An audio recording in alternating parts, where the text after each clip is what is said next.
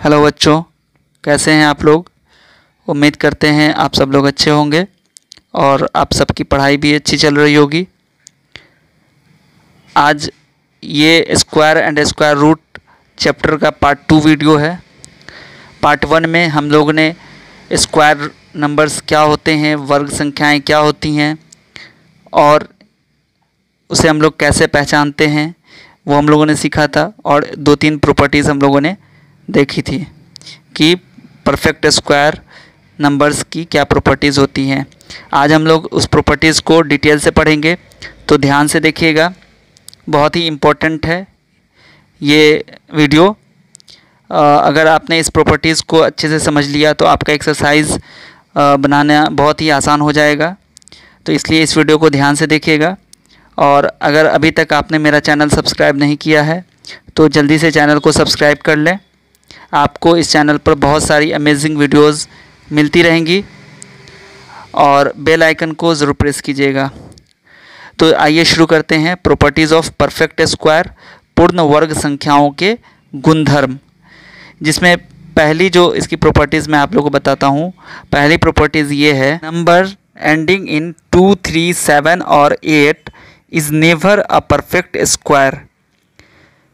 कह रहा है, इसको हिंदी में लिखेंगे, एक संख्या जो 2, 3, 7 या 8 पर ख़त्म हो रही हो वह पूर्ण वर्ग संख्या नहीं हो सकती है। कल मैंने बताया था कि कौन सी संख्या होगी, अगर 1 जिसके आगे में 0, 1, 4, 6, 9 और 5 हो वो परफेक्ट स्क्वायर हो सकता है। ठीक है, यहाँ कह रहा है कि अगर 2, 3, 7 या 8 नहीं होगा, मतलब होगा, तो वो कभी भी परफेक्ट स्क्वायर नहीं हो सकता है। एक संख्या जिसके आगे में 2, 3, जिसके यूनिट प्लेस पर, वंस प्लेस पर 2, 3, 7 या 8 हो वो पूर्ण वर्ग संख्या नहीं हो सकता है। ठीक है, जैसे एग्जाम्पल अगर हम आपको बताएंगे, 82 है ना, 82 होगा, 93, 187, 248, इस तरीके के और भी नंबर्स हो सकते हैं। यहाँ पर हम ETC लगा देते हैं। देखिए इसमें क्या है कि जो इसका यूनिट प्लेस है, इकाई स्थान है, उसमें क्या है 2। जो इसके यहाँ पर इकाई स्थान है उसमें क्या है 3। इसमें यहाँ पर यूनिट प्लेस पर क्या है 7, और इसमें क्या है यूनिट प्लेस पर 8। तो जहाँ पर 2, 3, 7 या 8 पर ख़त्म हो रहा है वो संख्या पूर्ण वर्ग संख्या नहीं हो सकती है। ठीक है, अब दूसरी प्रॉपर्टीज़ इसकी है कि a number ending in an odd number of 0 is never a perfect square.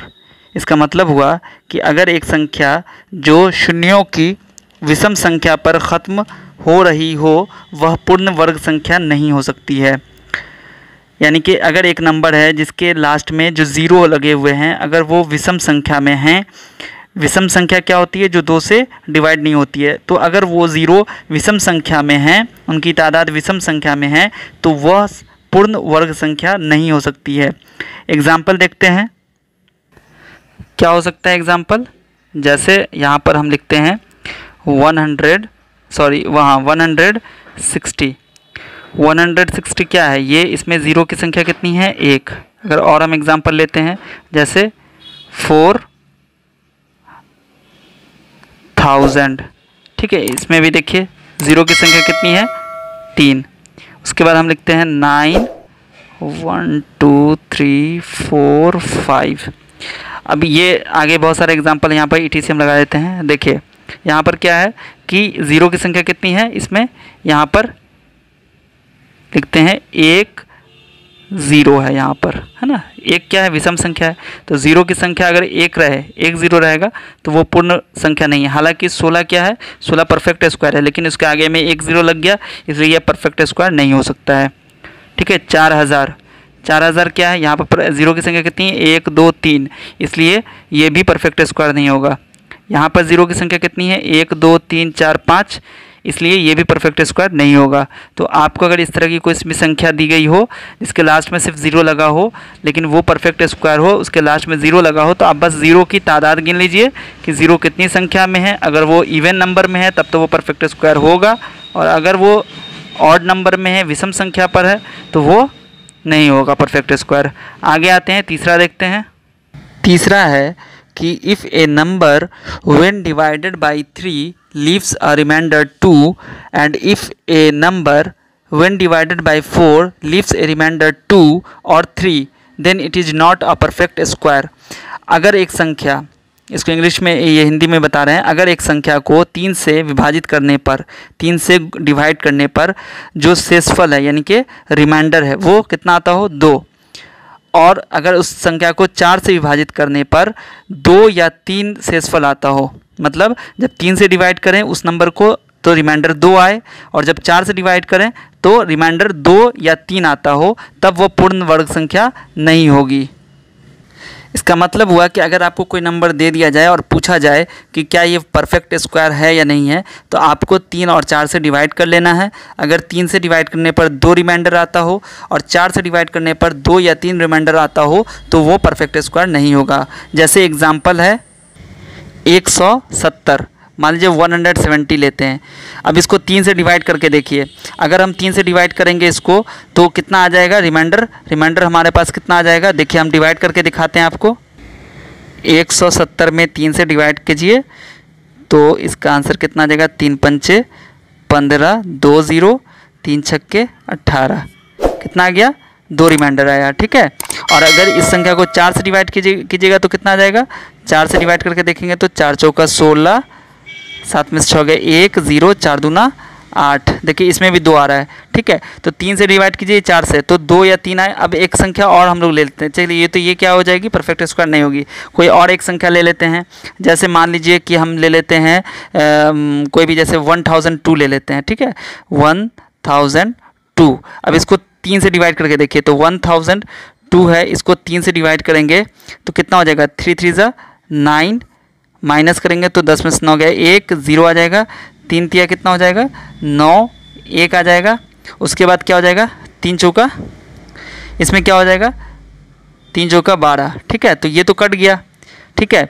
लेकिन अब 4 से डिवाइड करके चेक करते हैं, तो 4 से जब इसको डिवाइड करेंगे, 4 से 1002 को डिवाइड करते हैं तो हो जाएगा 4 दूना 8, 2 0, 4 पंचे 20, ठीक है, कट गया, आ गया 2। अब यहाँ पर 0 उतार देंगे तो रिमाइंडर कितना हो गया, रिमाइंडर हमारे पास 2 ही आ रहा है, ठीक है। तो कहता है कि 4 से डिवाइड करने पर रिमाइंडर 2 या 3 आए तो वो भी परफेक्ट स्क्वायर नहीं होगा, और 3 से डिवाइड करके देखेंगे तो अगर 2 आता है तो भी वो परफेक्ट स्क्वायर नहीं होगा। तो इस तरीके से हमारा ये और ये परफेक्ट स्क्वायर नहीं हुआ।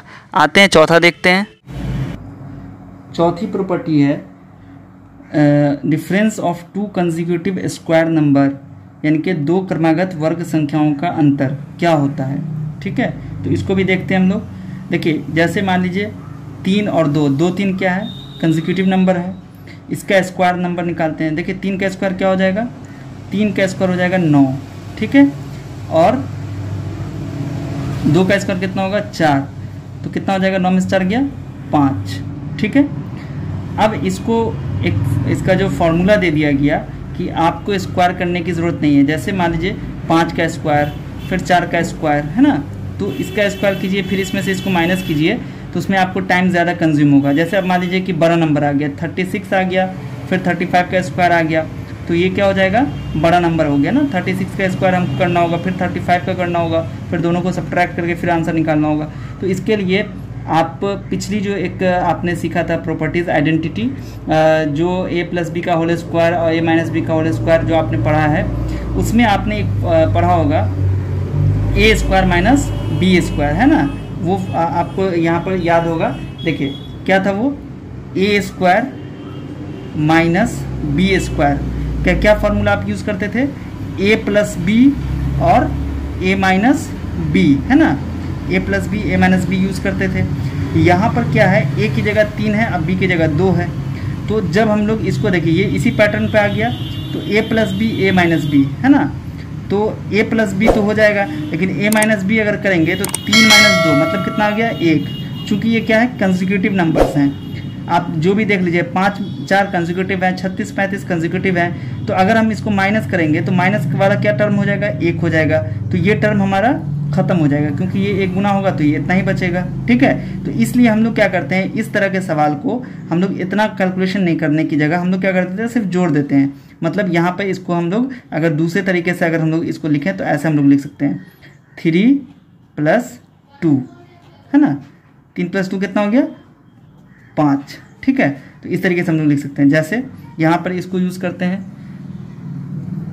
5 का स्क्वायर माइनस 4 का स्क्वायर है, तो ये कितना हो जाएगा? 5 + 4 यानी कि कितना हो जाएगा? 9। इसका आंसर 9 आ जाएगा, ठीक है।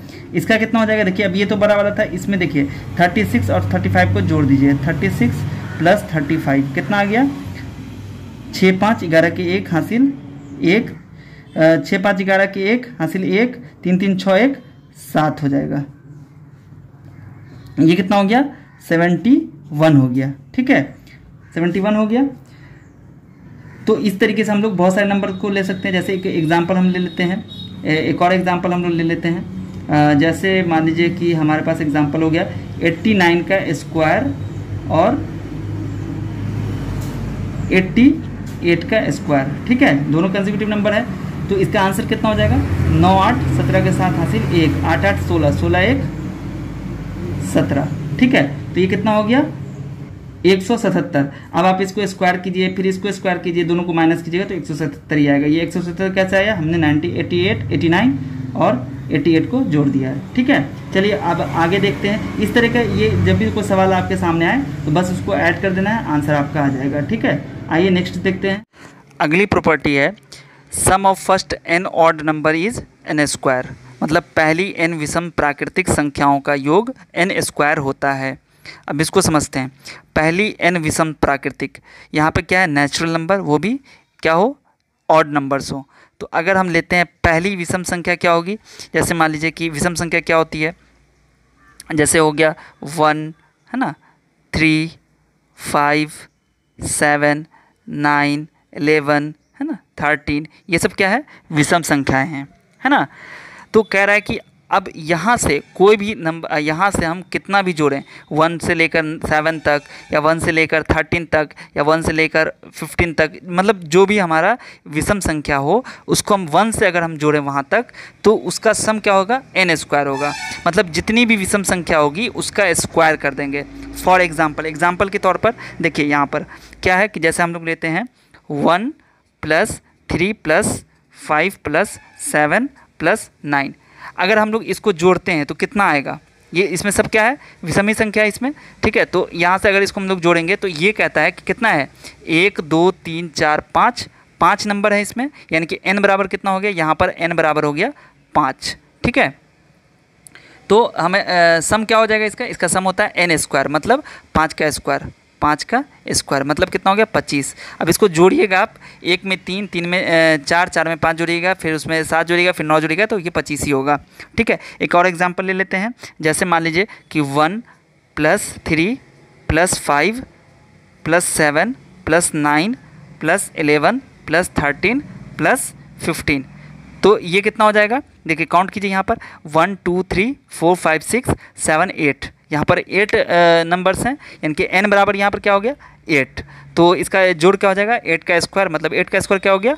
64। तो 8 का स्क्वायर मतलब 64, ये हो गया आंसर। इस तरीके से हम लोग निकाल सकते हैं। अब आपसे कहेगा कि 1 से लेकर 100 तक की जो है विषम संख्या है, 1 से 100 के बीच में जितने भी विषम संख्या है सबका सम कितना होगा, या 1 से लेकर 51 तक की जो संख्या है उसका उसमें जो विषम संख्या है उसका योग कितना होगा, उसका सम कितना होगा, तो कैसे निकालेंगे?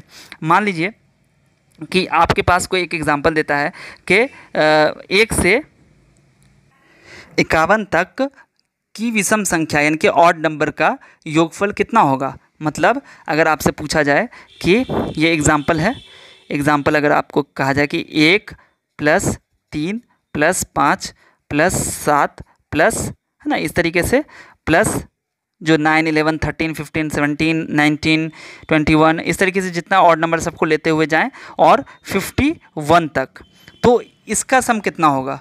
तो अब आपको ये देखना है कि इसमें n कितना है, तो अब यहाँ पर पूरा लिखना पड़ेगा, फिर लिखने में टाइम लगेगा, फिर उसको काउंट भी करना है। तो हम लोग इसके लिए एक फार्मूला यूज़ करेंगे कि जितना भी दिया हो, ये लास्ट में नंबर दिया हो, इसको 2 से डिवाइड कर देंगे। जो भी ऑड नंबर दिया हो उसको 2 से डिवाइड करेंगे। तो 2 से डिवाइड करेंगे तो कितना हो जाएगा, देखिए 2 से डिवाइड करेंगे 51 को, तो 51 को 2 से डिवाइड करेंगे तो कितना हो जाएगा 25 आएगा, और एक शेष बचेगा, है ना। क्वोशिएंट ये हो जाएगा, क्वोशिएंट ये होगा और रिमाइंडर 1 बचेगा, ठीक है। रिमाइंडर 1 बचेगा तो हम लोग क्या करेंगे, 25 में 1 को जोड़ देंगे तो कितना हो गया 26, यानी कि n बराबर हो जाएगा 25 + 1, यानी कि हो जाएगा 26। अब यहाँ पर क्या हो जाएगा 26 का स्क्वायर, मतलब हो गया 26 का स्क्वायर कितना होगा 676। तो ये हो गया हमारा आंसर। इस तरीके से हम लोग इस तरह के प्रॉब्लम को सॉल्व करेंगे। अब आते हैं, अब जो लास्ट है आपका वो है पाइथागोरियन ट्रिपलेट। इसको हिंदी में बोलते हैं पाइथागोरस त्रिक। पाइथागोरियन जो थ्योरम है, पाइथागोरस थ्योरम, वो आप लोग जानते हैं क्या होता है। ज्योमेट्री में आपने पढ़ा होगा, base square plus perpendicular square is equal to hypotenuse का होल स्क्वायर होता है। मतलब बेस स्क्वायर मतलब आधार स्क्वायर प्लस कर्ण लंब स्क्वायर बराबर होता है कर्ण स्क्वायर, है ना। बस उसी का यहाँ पे इस्तेमाल है कि कह रहा है कि अगर 3 नंबर, कह रहा है क्या, 3 natural numbers MNP are said to be form a Pythagorean triplet MNP if m² + n² is equal to p²। ऐसी संख्याएं जिनमें दो संख्याओं के वर्ग का जोड़ तीसरी वर्ग संख्या के बराबर हो। जब हम 3 संख्या दी हुई है तो 2 संख्याओं का वर्ग करके अगर हम उसको जोड़ते हैं तो वो तीसरी संख्या के स्क्वायर के बराबर होता है, तब वो संख्या हम लोग की कहलाती है पाइथागोरस त्रिक, ठीक है। एग्जाम्पल देखते हैं। एग्जाम्पल में जैसे आप ले लीजिए कोई एग्जाम्पल, जैसे 3 हम लेते हैं, 3 यहाँ पर लिख देते हैं एग्जाम्पल। यहाँ पे क्या है 3, और ले लेते हैं हम एक ले लेते हैं जैसे 4, और एक ले लेते हैं जैसे 5, ठीक है। अब 3, 4, 5 आपको दे दिया गया। अब इसको चेक करना है कि ये पाइथागोरस ट्रिपलेट है या नहीं है। तो हम लोग क्या करेंगे, देखिए कह रहा है कि किसी 2 का स्क्वायर, मतलब 2 का स्क्वायर करेंगे हम लोग। यहाँ पर क्या हो जाएगा 3 का होल स्क्वायर प्लस 4 का स्क्वायर, है ना, कितना हो जाएगा 9 + 16 कितना हो गया 25। और ये 25 किसका स्क्वायर है 5 का स्क्वायर है। मतलब इन दोनों का स्क्वायर करके हमने सम किया तो जो आंसर आया वो इसका स्क्वायर हो गया। तो ये हमारा पाइथागोरस त्रिक कहलाएगा, ठीक है। और एक ले लेते हैं, जैसे 8 हो गया, ठीक है, 15 हो गया और 17 हो गया। अब इसको चेक करते हैं कि ये पाइथागोरस त्रिक है या नहीं है, पाइथागोरियन ट्रिपलेट है या नहीं है। तो क्या करेंगे हम लोग, पहले 8 का स्क्वायर, फिर उसमें प्लस करेंगे 15 का स्क्वायर, कितना हो जाएगा 64 + 225। 8 का स्क्वायर 64, 15 का स्क्वायर 225, दोनों को जोड़ेंगे तो कितना होगा 289। और ये किसका स्क्वायर होता है, ये होता है 17 का स्क्वायर। तो यहाँ पर 17 हमें मिला हुआ है ना, तो इन दोनों का स्क्वायर करके सम किया तो वो इसका स्क्वायर आ गया। इसलिए ये भी हमारा पाइथागोरस त्रिक यानी कि पाइथागोरियन ट्रिपलेट कहलाएगा, ठीक है। कह रहा है कि कोई भी पाइथागोरियन ट्रिपलेट होगा आपके पास, कोई भी पाइथागोरस अगर आपके पास त्रिक मिला हुआ है तो उसको एक अगर दे दिया और अगर बाकी का निकालना है तो उसको निकालने के लिए आपको उसका रूप दे दिया गया कि वो हमेशा 2m m² - 1 और m² + 1 इस रूप में होगा। कोई भी होगा तो इसी रूप में होगा, जहाँ m क्या है 1 से बड़ा होगा और ये नेचुरल नंबर होगा, ठीक है। तो यहाँ पर अगर आपको दे दिया गया m की वैल्यू दे दिया जाए तो आपको तीनों पाइथागोरस त्रिक निकल जाएगा, पाइथागोरियन ट्रिपलेट निकल जाएगा।